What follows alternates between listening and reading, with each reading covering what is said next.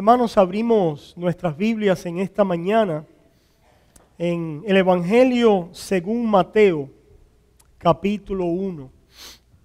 Comenzamos una nueva serie que nos va a llevar en estas semanas donde recordamos el advenimiento, el nacimiento de nuestro Señor Jesús. En este tiempo de Navidad queremos venir a algunos pasajes a los cuales no necesariamente venimos durante el año y podemos hacerlo. Una de las cosas que nos caracteriza es que nosotros vivimos una Navidad eterna. No tenemos que esperar a una estación en particular del calendario para venir a celebrar la venida, el nacimiento y la obra de Jesús a nuestro favor. Pero aprovechamos en esta estación para venir a recordar estos acontecimientos y una vez más predicar el Evangelio de la gracia de Dios en Cristo Jesús. Y es una gran oportunidad para el mundo también, allá afuera en este tiempo, de poder recordarles de qué se trata la venida de nuestro Salvador. Hemos titulado este mensaje que vamos a encontrar aquí en Mateo capítulo 1, cuando los justos, entre comillas, necesitan un Salvador. Cuando los justos necesitan un Salvador. A modo de introducción me gustaría preguntarles, ¿cuántos de nosotros quizás hemos sido sacudidos alguna vez por algún secreto escandaloso de alguien? Ya sea por el televisor, ya sea por las noticias, ya sea por los medios que ahora tenemos, para bien o para mal, de Facebook, de Twitter y tantas, ¿verdad?, cosas tecnológicas, y nos llegan a los oídos de escándalos de otras personas. Quizás no lo hemos oído por los medios sociales, pero nos ha llegado por el bien conocido chisme, donde alguien viene y nos dice, ¿te enteraste lo que le ha pasado, lo que se ha conocido acerca de fulano o de mengano? ¿Cuál ha sido nuestra reacción? Aparentemente esto es algo con lo cual las personas están fascinadas. Por eso es que de alguna manera los shows y los programas en televisión que revelan las cosas negativas, adversas y feas de las personas hallan gran popularidad. Si no, usted vaya a una casa de una familia hispana por la tarde y se va a encontrar con el programa Caso Cerrado, ¿verdad? Se va a encontrar con en la televisión americana programas de realidad donde vemos las cosas que no sabemos de otras personas, sus escándalos, sus circunstancias, sus situaciones, sus manchas, sus pecadillos, etcétera, etcétera. ¿Por qué nos fascina esto? Pudiera ser una pregunta. ¿O cuál es nuestra reacción al escuchar de estos escándalos y de estas experiencias en la vida de nuestros vecinos? Si usted es como yo, probablemente usted ha experimentado o ha dicho algo así. Hemos sentido en algún momento un alivio de que yo no soy ese vecino. De alguna manera hemos dicho, wow, qué bueno que yo no estoy en esa circunstancia. De alguna manera inclusive quizás nos hemos hasta cierta medida alegrado en decir qué mal está mi vecino y qué bien estoy yo. Pero, hermanos, ahora para venir a la parte que nos concierne espiritualmente hablando, si se supiera la verdad, no del vecino, sino la mía, la nuestra, ¿verdad? Si se supiera la verdad, lo que queremos en esta mañana meditar es que todos nosotros estamos tanto o más necesitados de Dios que nuestro vecino, que aquel escándalo del cual habemos oído, que nosotros en nuestras propias vidas tenemos una gran necesidad de ese Dios que mi vecino en su escándalo necesita, porque yo estoy tan mal o peor que ellos. Lo único es que no se ha publicado en la noticia. Lo único es quizás que yo no he actuado sobre aquellas cosas que mi vecino ha actuado, pero mi necesidad de un Salvador, de un Redentor, de alguien que toque aquella lucha en mí es tan grande como la del vecino. Vengamos al texto en esta mañana, hermanos, allí en Mateo capítulo 1, comenzando en el versículo 18, dice así su palabra. El nacimiento de Jesucristo fue así. Estando desposada María su madre con José, antes que se juntasen, se halló que había concebido del Espíritu Santo. José su marido, como era justo y no quería infamarla, quiso dejarla secretamente. Y pensando él en esto, he aquí un ángel del Señor le apareció en sueños y le dijo: José, hijo de David, no temas recibir a María tu mujer, porque lo que en ella es engendrado del Espíritu Santo es. Y dará a luz un hijo, y llamará su nombre Jesús, porque él salvará a su pueblo de sus pecados. Todo esto aconteció para que se cumpliese lo dicho por el Señor por medio del profeta, cuando dijo: he aquí una virgen concebirá y dará a luz un hijo, y llamará su nombre Emmanuel, el que traducido es Dios con nosotros. Y despertando José del sueño, hizo como el ángel del Señor le había mandado, y recibió a su mujer, pero no la conoció hasta que dio a luz a su hijo primogénito y le puso por nombre Jesús. Oramos. Padre, te damos gracias. Señor, estamos hoy aquí delante de tu presencia y de tu palabra, reconociendo que te necesitamos. En este momento, Padre, quitando los ojos de nuestro alrededor para venir a ponerlos en ti, para venir a escuchar tu palabra, para por tu Santo Espíritu y a través de tu palabra, Señor, recibir la provisión a nuestra necesidad. Señor, te rogamos hoy que nos ayudes a escuchar tu palabra, entenderla, recibirla y a ser transformados por medio de ella. Padre, te necesitamos.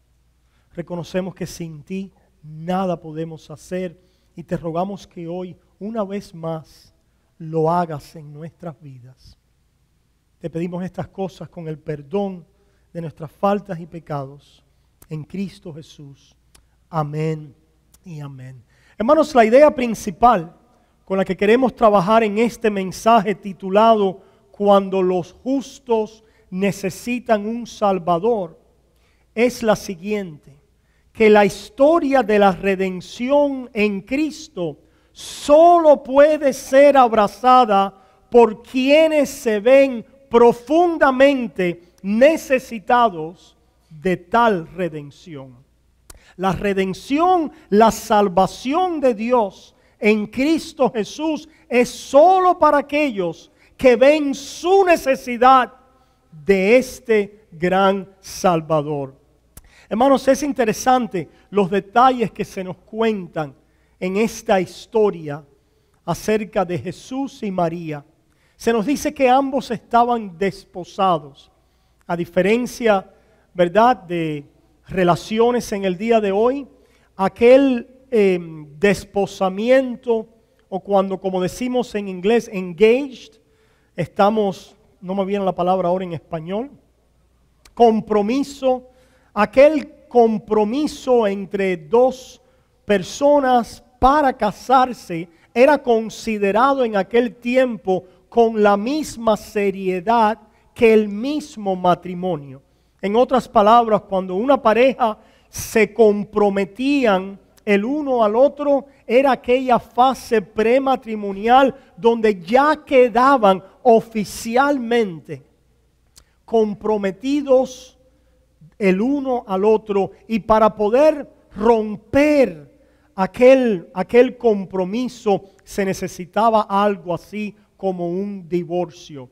Tan serio era este asunto del compromiso para casarse. Y nos dice esta palabra que María, ¿verdad?, queda allí, concibe del Espíritu Santo. Pero imaginémonos lo que su esposo José experimenta al conocer la situación de su prometida, la cual todavía no había conocido, y darse cuenta que estaba embarazada. Y nos dice esta historia que José, siendo un hombre justo, un hombre que quería hacer el bien, trata de separarse de María. Estaba, ¿verdad?, pensando un plan para no exponerla públicamente. Qué lindo, ¿verdad?, ver a José, a este hombre, que me imagino había recibido una ofensa muy grande allí, a su ego, a su amor, a su compromiso hacia María. Y aún no quiere hacerle daño a María, sino que está buscando una manera de poder romper aquel compromiso y no exponerla, echar a María de alguna manera de aquella circunstancia, liberarla de aquella circunstancia y que no fuera públicamente. Me viene a la mente inmediatamente lo que los fariseos, que vamos a encontrar ya enseguida en esta historia. Si recuerdan la historia de la mujer sorprendida en adulterio, ¿verdad? Vemos a Josué tratando de no crear una escena pública. Vemos a José tratando de ayudar y de no dañar a María. Sin embargo, vemos a los fariseos inmediatamente persiguiendo a aquella mujer y exponiendo su vergüenza allí a la luz pública para juzgarla y para destruirla. Es interesante que Dios escoge a esta pareja que por los estándares de la época, bajo la ley, eran considerados judíos piadosos, que amaban a Dios, que temían a Dios, que eran justos, que guardaban, ¿verdad?, las leyes por los estándares de aquel tiempo bajo la ley. La palabra nos dice que eran personas justas, que eran personas que querían hacer el bien. Y les llega una circunstancia a su vida que los va a perseguir ahora en su comunidad por el resto de su vida. Y es la circunstancia que el nacimiento de Jesús, este embarazo de María, iba ahora a proyectar sobre ellos una sombra de ilegitimidad, una sombra de una falta sobre ellos en cuanto a su relación, que los iba a perseguir por el resto de sus vidas, no solo a ellos, sino también al niño que iba a nacer. Lo que vamos a ver, hermanos, es que aquellos que vivieron en aquel momento en la vida alrededor, en el entorno de Jesús y María, que se consideraban justos, fueron aquellos que no tomarían una segunda oportunidad a la historia de José y María. Fueron aquellos que al ver lo que sucedió en aquella familia, ya la descontaron y pusieron su veredicto final, enjuiciatorio y condenatorio sobre las vidas de José, de María y del hijo que iba a salir de esta relación. De esta manera estas personas perderían debajo de sus ojos y debajo de sus narices la historia de la redención que Dios estaba trayendo delante de sus ojos. Iban a perder la historia de la redención por el hecho de que su justicia, su estatus, no les permitía echar una segunda mirada a aquellos que ellos ya habían determinado era injusto, era no santo, era impiadoso, no era de Dios, habiendo pasado un juicio condenatorio sobre esta pareja. Este juicio les persigue en la vida de esta pareja y de Jesús. ¿Cómo lo sabemos?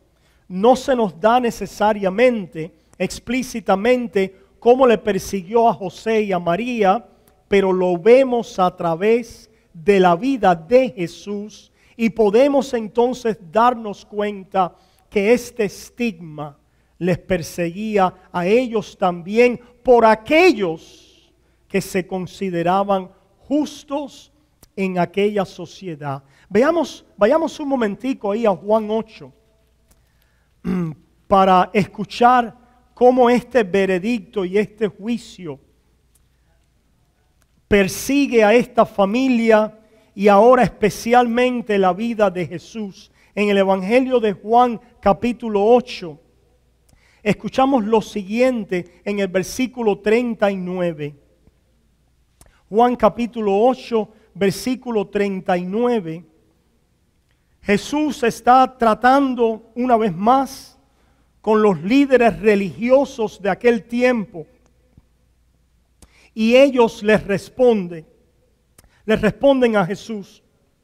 Respondieron y le dijeron: nuestro padre es Abraham. Jesús les dijo: si fueseis hijos de Abraham, las obras de Abraham haríais.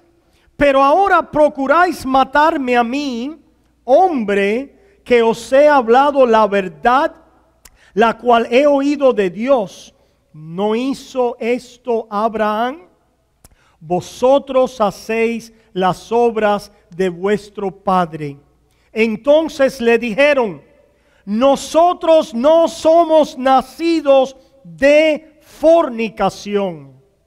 Y escuchamos allí lo que había en las mentes de estos líderes religiosos acerca de la familia de Jesús, donde ellos ya habían dictaminado que el nacimiento de Jesús había sido resultado de una fornicación, que esta pareja no era una pareja respetable, que no eran justos y por lo tanto Jesús tampoco, porque no se sabía ni quién era el padre de Jesús.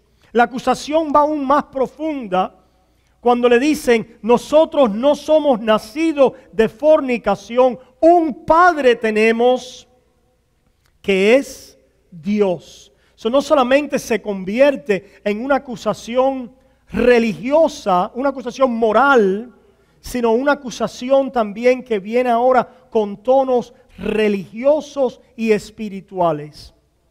Jesús, nosotros somos legítimos. Puedes ver allí nuestra familia, pueden ver todo el pedigrí que tenemos detrás de nosotros en cuanto a nuestra moralidad. Se conocen a nuestros padres, se conoce toda nuestra historia.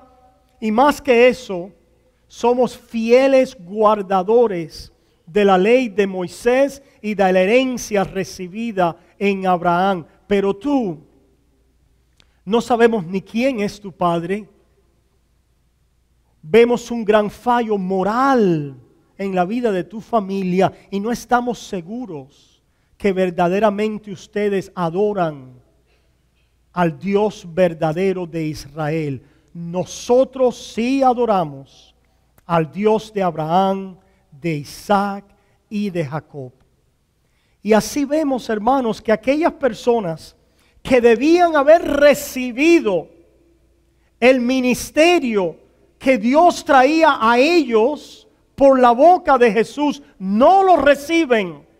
Porque al mirar en apariencia delante de sus ojos y ver aquello que no concordaba con su pensamiento de justicia, con sus reglas, con sus normas, con la moralidad de la cual ellos querían expresar y establecerse como modelos y ejemplos, no le echan una segunda mirada a José, a María y a la vida de Jesús y a su historia. Ya en el veredicto de ellos había quedado condenado a esta familia, rechazado, echado a un lado, descontado. Hermanos, mientras yo leía y meditaba en esto, no podía dejar de verme reflejado en esta historia. Y es la reflexión que les traigo a ustedes en esta mañana. En cuántas veces yo, ¿verdad?, en mi religiosidad o en mi justicia, he pasado veredictos sobre otras personas en las cuales Dios está obrando, pero debido a lo que yo percibo, recibo con mis ojos y veo externamente y escudriño en sus vidas, concluyo, como concluyeron estos líderes religiosos: aquí no hay nada bueno, aquí Dios no está trabajando.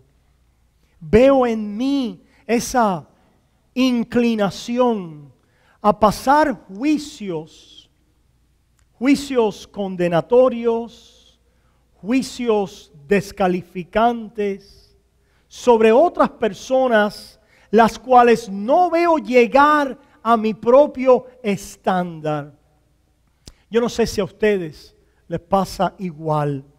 Aparentemente es algo que caracteriza al género humano, ya que la palabra de Dios nos llama a no juzgar. Alguien dice: pastor, hay que juzgar. Sí, nosotros juzgamos el bien del mal, juzgamos lo que es pecado, establecemos juicios con verdad en cuanto a lo que está bien delante de Dios, lo que está mal, nos exhortamos, nos confrontamos en la verdad de Dios. Pero el juicio que nos llama la Biblia es el juicio que usted y yo hacemos, por el cual estamos descontando, descalificando la obra de Dios en nuestro vecino. Es ese juicio descalificativo, condenatorio, al cual no le queremos echar otro vistazo hasta que veamos alguna prueba de lo que Dios está haciendo allí, porque ahora no estoy viendo lo que yo quisiera ver en la vida de aquella persona. Y de esa manera, hermanos, en vez de darnos el beneficio de la duda y esperar y darnos otra mirada a la historia de lo que Dios nos ha llamado a hablarnos en Cristo Jesús, nos convertimos en una comunidad donde nadie puede verdaderamente contar su historia, donde nadie puede verdaderamente abrir su corazón al escándalo, al problema, a la circunstancia, a la lucha, a la situación que aqueja mi vida. Porque cuando alguien lo hace, inmediatamente la tendencia de la comunidad es hacer lo mismo que hicieron los líderes religiosos de la época, es a pasar juicios condenatorios y descalificativos. Y eso es algo que veo en mi propia vida, hermanos. en mi propia vida. ¿Por qué lo hacemos? ¿Por qué somos dados a esta pasión con el chisme? Con querer hablar de otras personas, con poner el enfoque con el problema de otras personas, en vez de venir a enfocarme en mi persona, en mi necesidad, en mi circunstancia, en mi situación, para después entonces poder salir a la otra persona con un juicio, pero con un juicio que ahora viene, dice la palabra de Dios, de una manera diferente. ¿Cuál es el juicio?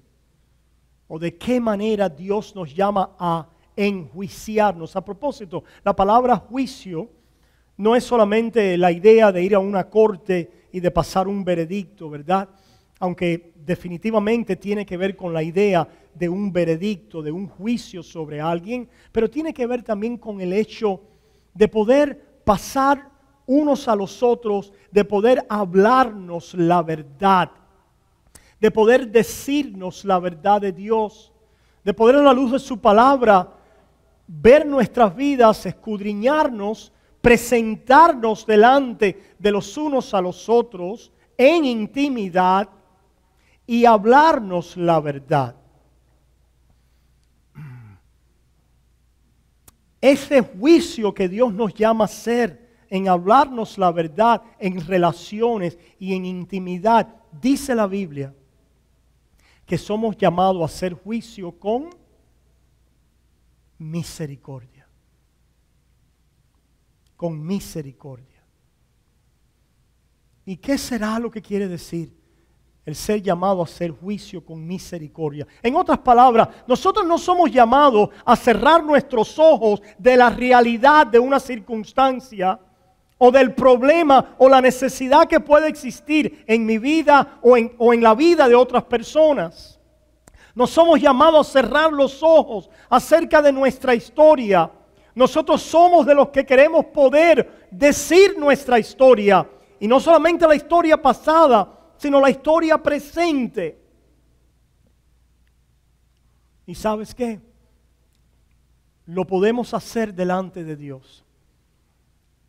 Porque Dios envió a su Hijo Jesús para que nuestra historia pasada y presente pudiera ser una que nombráramos delante de Dios, reconociendo nuestro escándalo, nuestras maldades, nuestros pecados, nuestras insuficiencias, y encontrar allí al Dios de misericordia.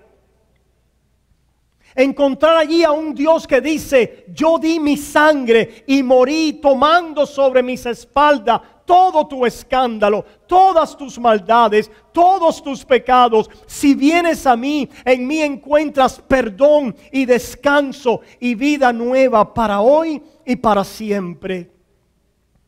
Jesús dice que todo el que viene a Él, Él no le echa fuera. Y no solo lo dice, lo probó. Cuando anduvo en este mundo caminando, una de las cosas que este grupo les reclamaba a Jesús es que Él recibía a prostitutas, a publicanos, a ladrones, a pecadores, que los recibía. Algunas personas enseguida quieren pintar la historia. Porque no creen que la gracia es tan profunda y tan grande como es verdaderamente. Lo mismo que los fariseos. Si supiera quién es esa mujer. En otras palabras, no era que aquella mujer era y ya ahora era un ejemplo. Aquella mujer era y estaba en un problema, tenía una necesidad actual y el pueblo lo sabía. Aquella mujer que vino a los pies de Jesús, me refiero a los que han oído de la historia, los que no la pueden buscar ahí en los evangelios. Aquella mujer que viene a los pies de Jesús en una fiesta, en uno de estos líderes religiosos, y viene a los pies de Jesús llorando, enjugando sus pies. Y aquel fariseo entonces dice: si él supiera qué clase de mujer es esta, y este verdaderamente fuera un profeta, un varón de Dios, lo que él muestra, clama decir, él se daría cuenta que no debiera estar haciendo eso, verse en esa circunstancia.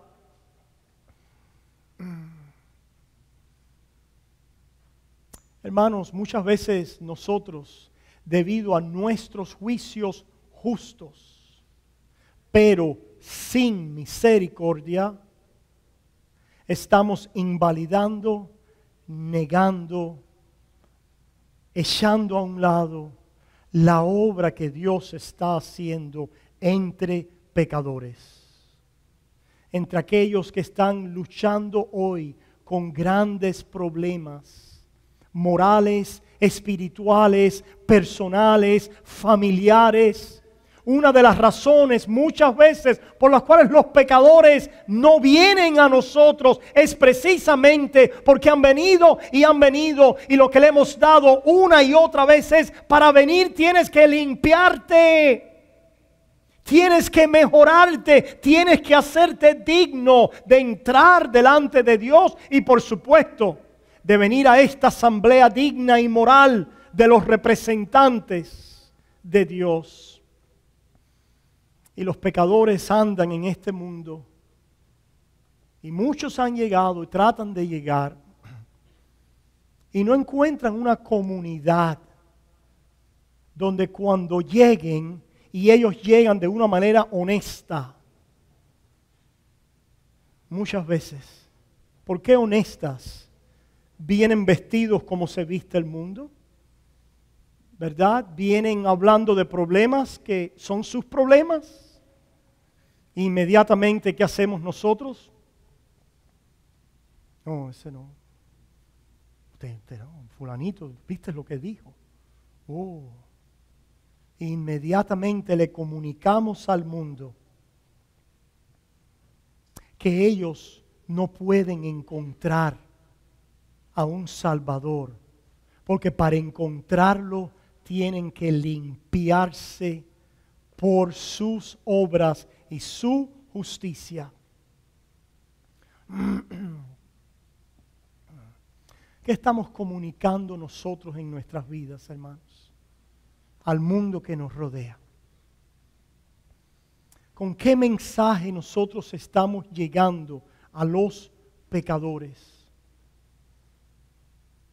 ¿Cuál es el mensaje de Jesús el Salvador a un mundo sumido en oscuridad y en pecado? ¿Cómo llega este mensaje a nuestras vidas? ¿Cómo llegó un día y cómo llega hoy a nuestras vidas?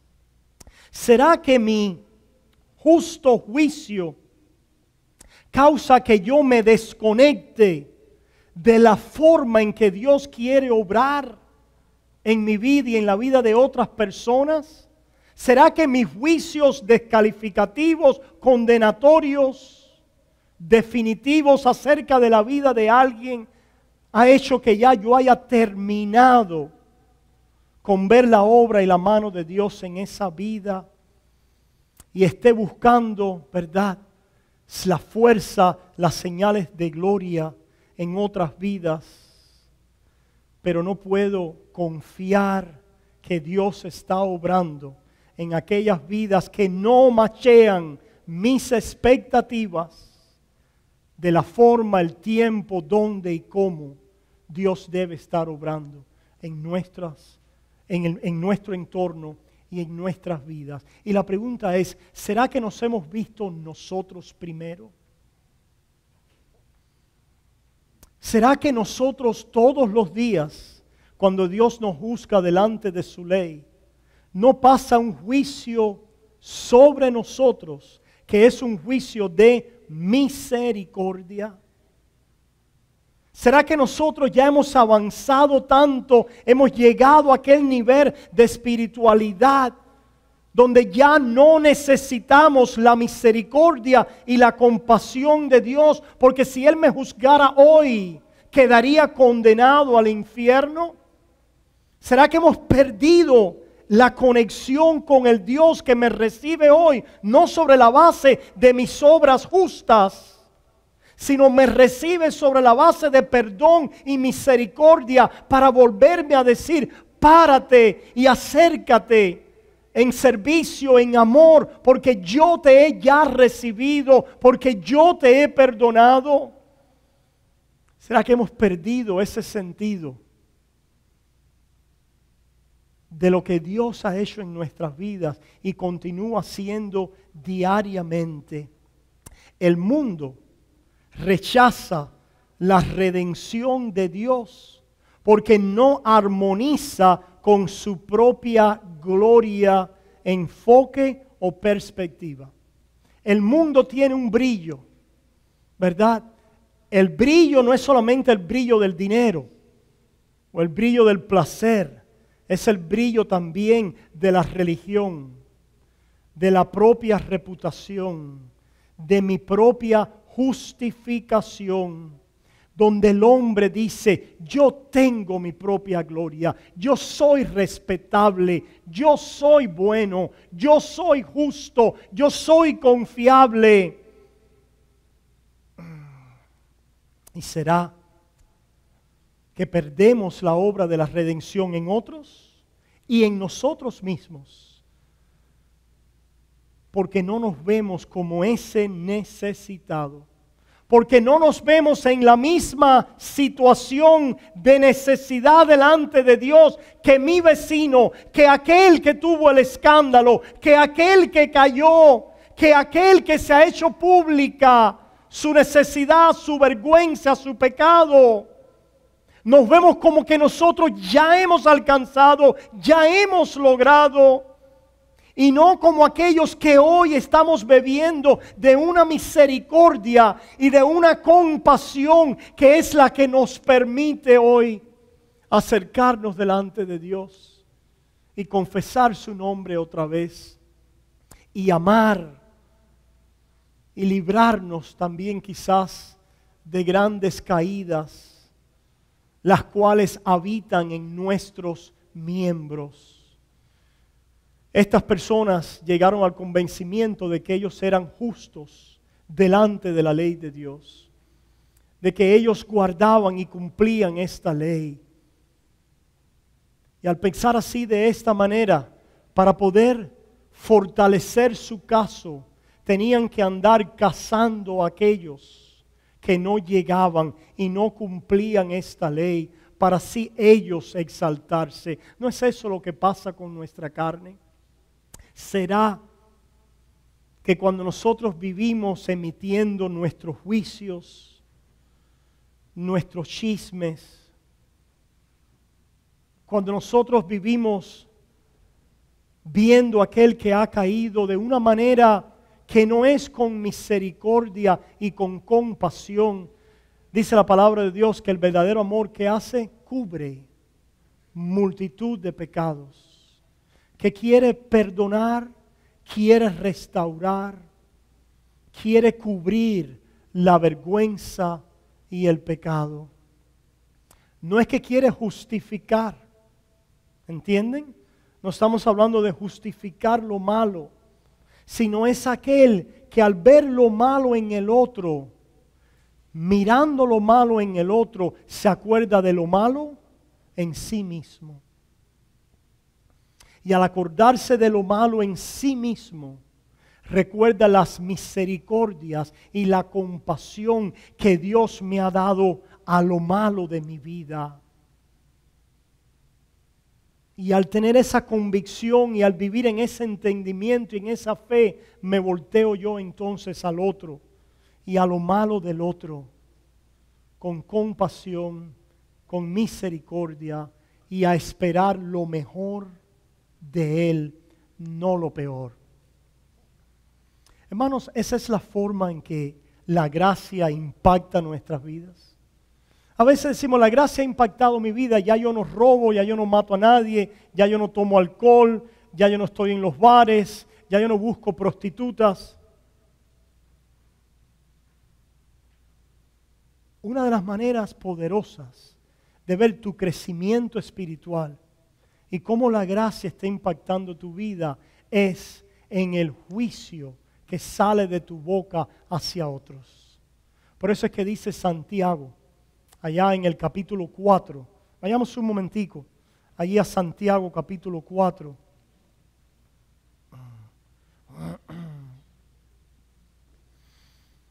En el versículo 11 nos habla de esta manera. Santiago habla de muchas obras. Santiago habla de cómo la verdadera fe se manifiesta en obras.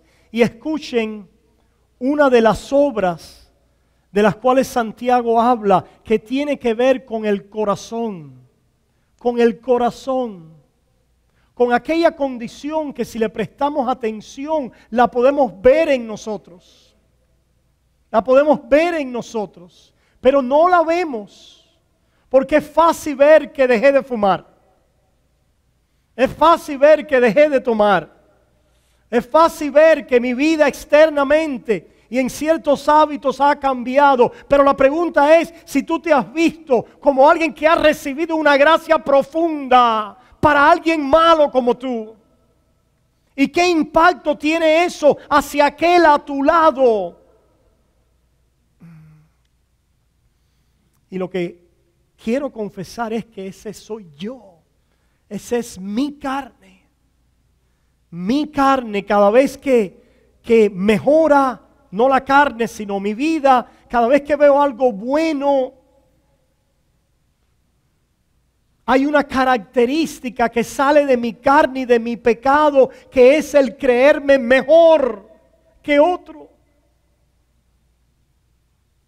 Que es el querer enjuiciar al otro, pisotear al otro. Santiago dice en el versículo 11, hermanos, no murmuréis los unos de los otros. Poniéndolo en cubano es que, no seáis chismosos, ¿verdad? Dejen el chisme. A veces murmuramos en oración. Oye, vamos a orar por el hermano porque te enteraste, le pasó esto. Entonces metemos media hora antes de orar, preparándonos para orar en la murmuración.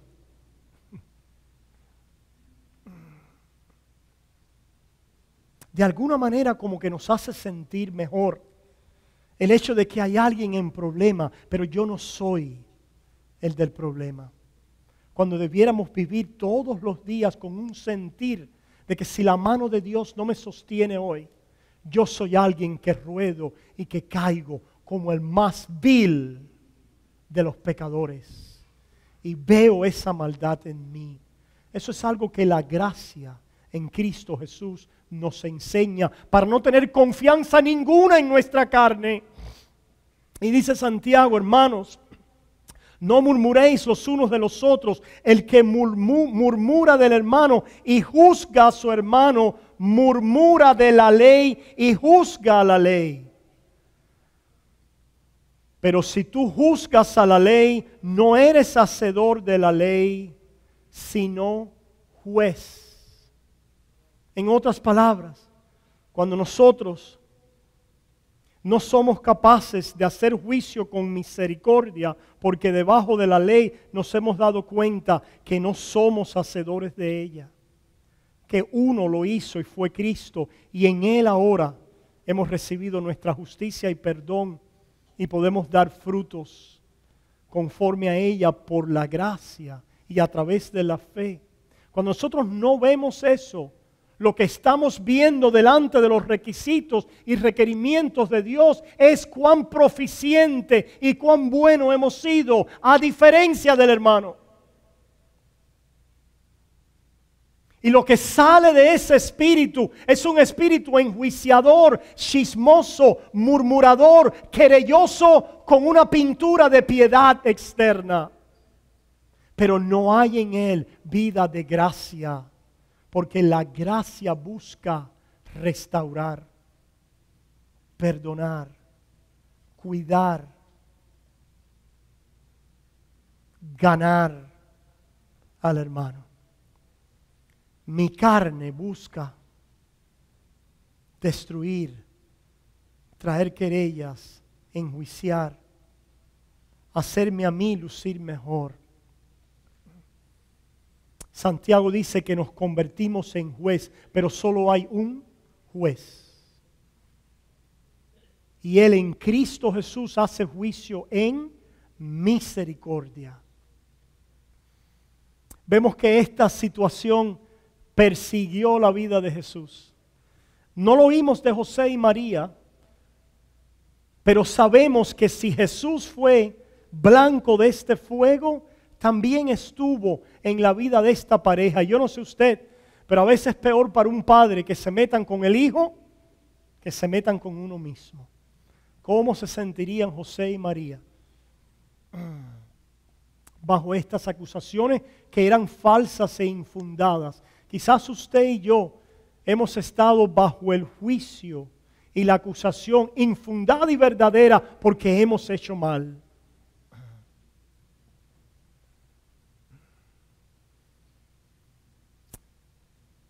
Y otros han estado bajo nuestra acusación infundada y verdadera porque otros han hecho mal. Pero la pregunta es, hermanos, ¿podemos nosotros venir a darnos cuenta que nosotros necesitamos un Salvador? Que vivimos por la gracia de Dios hoy. ¿Podemos nosotros entender que este orgullo y esta vanagloria de la vida y de la carne no nos deja acercarnos al Salvador? El mismo Salvador que estuvo ahí para los publicanos, las prostitutas, los pecadores de aquella sociedad, estuvo allí para los religiosos fariseos. Con el mismo amor que amó a uno, los amó a los otros. Y los buscó y los recibió y fue a sus casas y comió con ellos.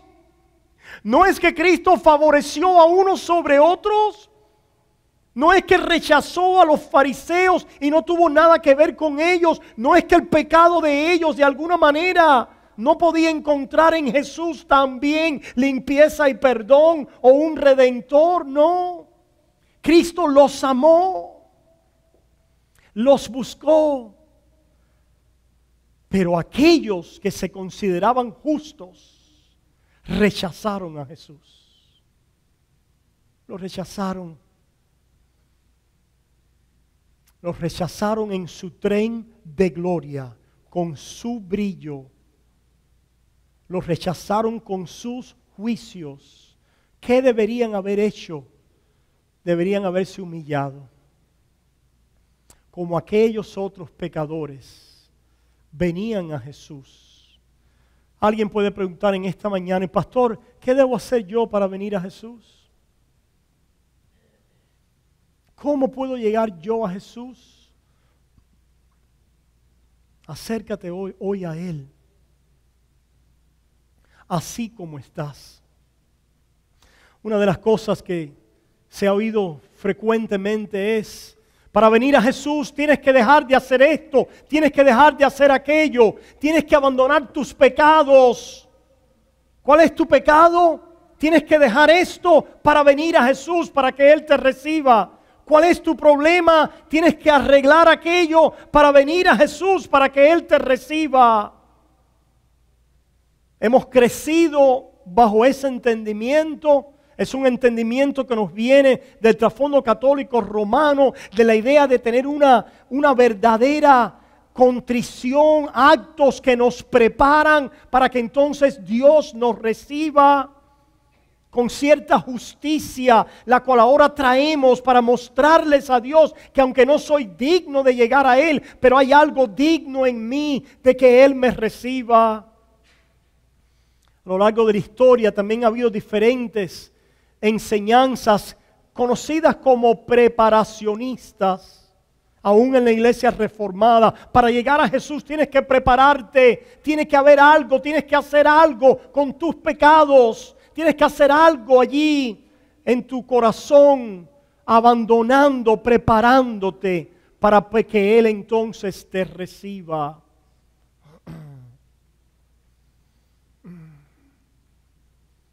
La pregunta es: ¿a quién recibe Jesús? Y la respuesta es: aquellos que saben y reconocen que no son justos,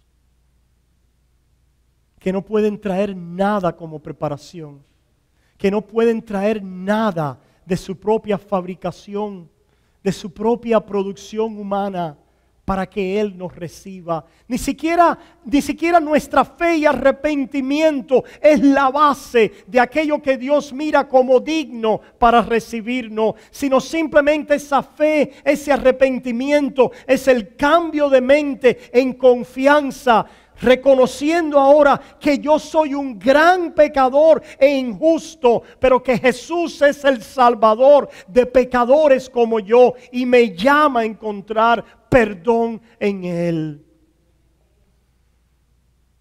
Cuando venimos así delante de Él, de esa manera, hermanos, encontramos en Él limpieza. Encontramos en Él descanso. Encontramos en Él la fuerza para vivir en la voluntad de Dios, como José y María la encontraron. En medio de vicisitudes, en medio de todo el rechazo de aquella comunidad, el rechazo, la agresión, la violencia a su hijo, encontraron José y María que aquel Salvador era para justos como ellos. Vamos a ver el domingo que viene, ¿verdad? Que este pasaje, el ángel le dijo a José y a María también que el nombre de este niño tenía que ser Salvador, porque Él iba a salvar a su pueblo de sus pecados. Y eso incluía a José y a María, una pareja de judíos justos y piadosos. Incluía la salvación de ellos, su perdón. Incluía la obra que iba a limpiar el pecado de José y de María. Incluía la obra redentora que finalmente iba a lograr que esta pareja pudiera un día pararse delante de Dios como redimidos, como perdonados, como hijos de Dios.